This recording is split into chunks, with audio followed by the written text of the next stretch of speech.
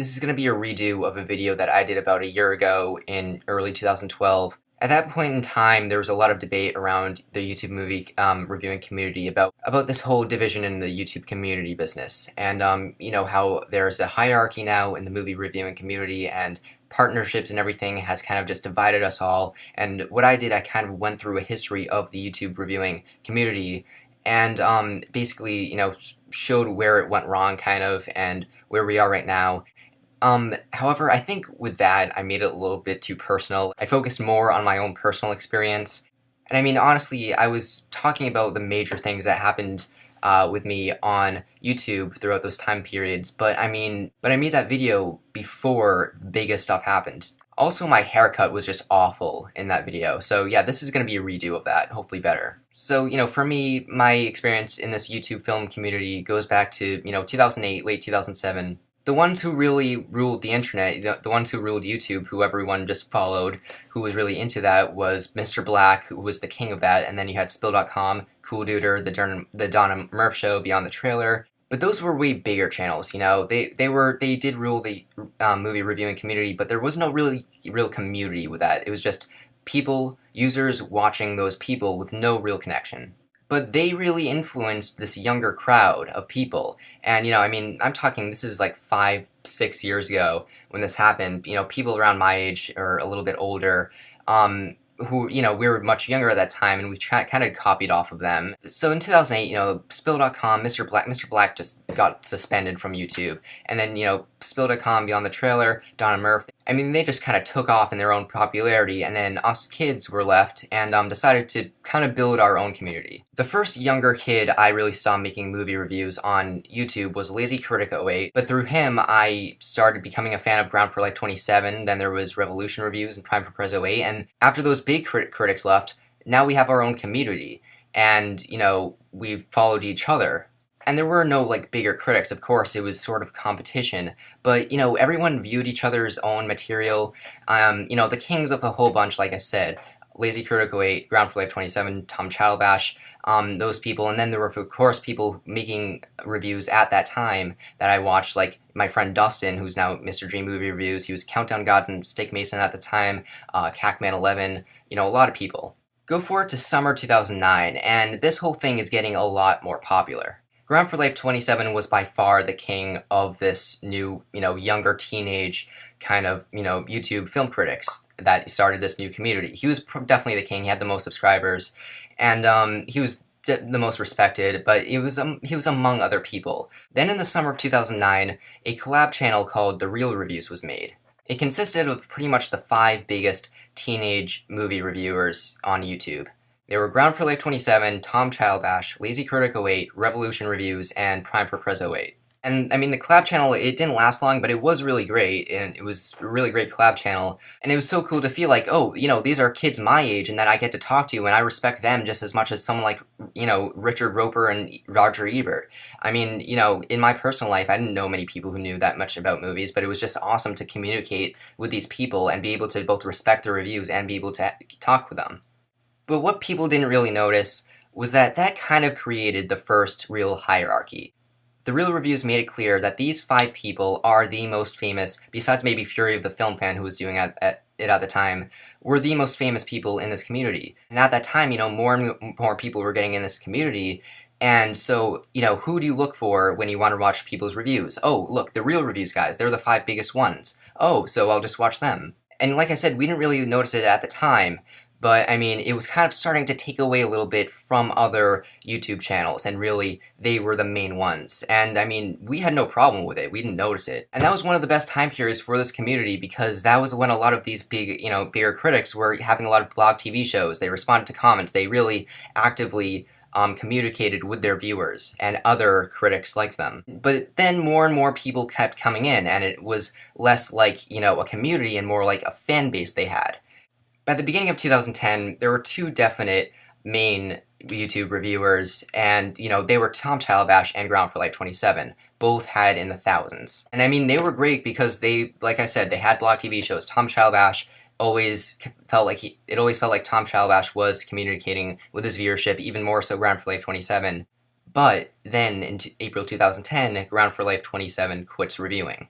Tom Chalbash then is now the #1 movie reviewer, and Chalbash's whole shtick was that he was the one with the technical abilities. He was the only one who really, had that poster in the frame and everything. He was definitely the most technically advanced, and that's one of the reasons he got the most viewership. He was really good at editing. He scripted his reviews.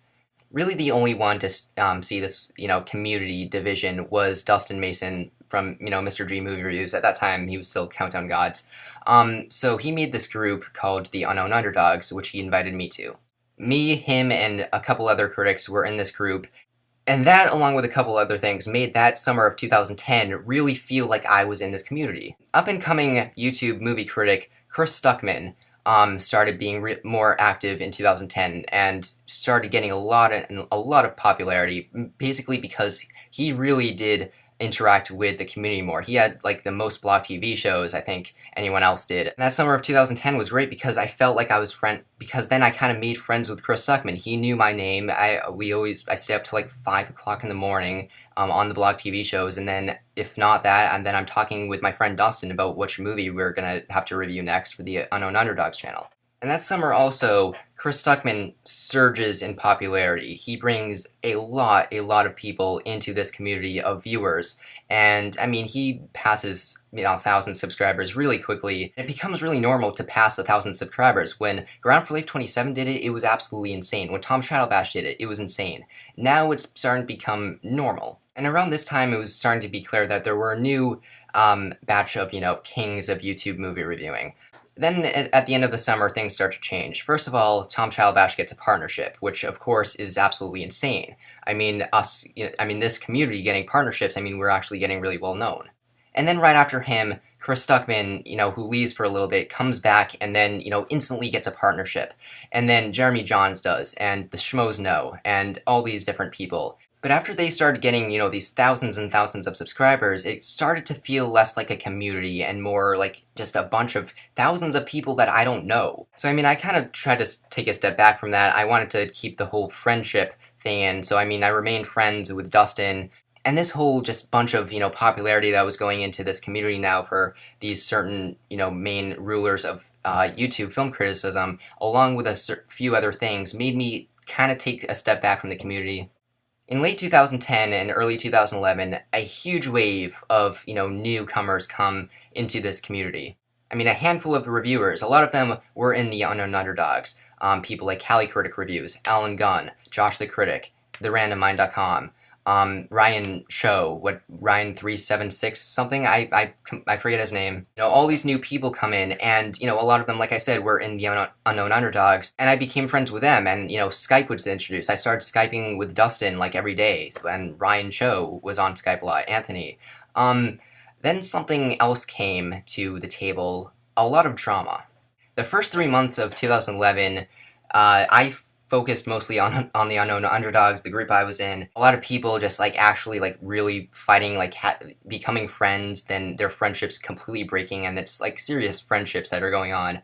And yeah, a lot of shit happened. This made me kind of completely really lose interest in this whole YouTube film community. I remained in the Unknown Underdogs while everyone else Ryan and Josh and Anthony were being fired and kicked out of the group. And it's just.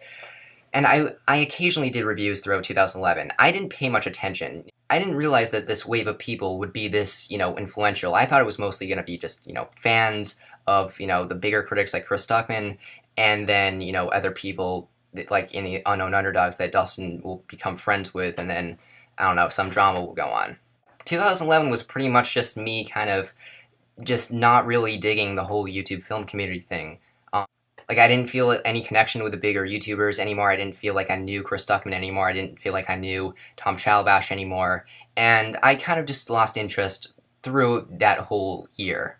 In 2012, a little bit after I made my first video about, the history of YouTube film criticism, that's when I start to see that things are a little different than I thought. And things start to change for me on YouTube. New York Film Academy.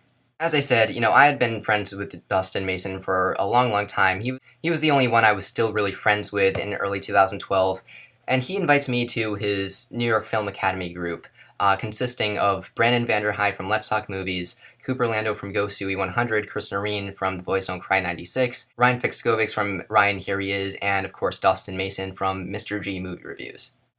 I don't need to go into what New York Film Academy is. You probably sort of all know what it is. If you've been here since 2011, you probably hated it at one time, and if you've only been here since 2012, you probably still hate it because of how fucking weird it is.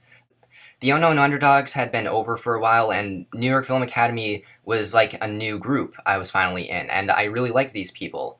A couple months before I really started talking to them, though, this whole YouTube community division thing came up. And that really shook things up here. I mean, that's when Fury of the Film Fan made that whole rant and pissed everyone off and created this whole war between him and Chris Stuckman. And then I was involved in that, and that led me to have a Skype conversation with Chris Stuckman. And, you know, I hadn't talked to Chris Stuckman in a while. We really didn't know each other anymore at that point. But once I finally started talking to him again, I mean, that reminded me of, you know, this connection I used to have with these people. And Chris Stuckman, you know, I realized that he was a movie fan just like me, and I finally had this opportunity to have a conversation with him. You know, and throughout the, you know, couple months after that Skype call, we Skyped again. I mean, and me and Chris became actual pretty good friends. To my surprise, I mean, he really knows a lot about movies, and he is really cool to talk to sometimes about, you know, movies and stuff till like 5 o'clock in the morning. Like I said, I'd only been Skyping with Dustin throughout that past year, and he introduced me to these new people in New York Film Academy. The other people in New York Film Academy, Dustin, Brandon, Chris, Cooper, Ryan, the whole summer of 2012, I don't think I went 2 nights without having a Skype call with them that lasted until 5 in the morning.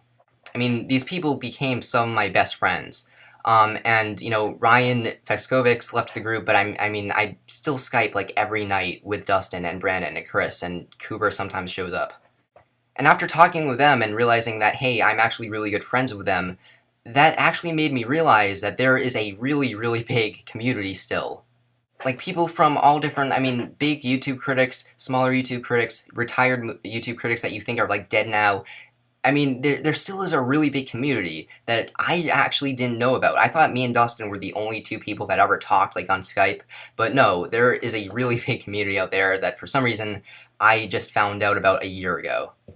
Sure, I mean, maybe I'm exaggerating a little bit saying that I didn't know about it.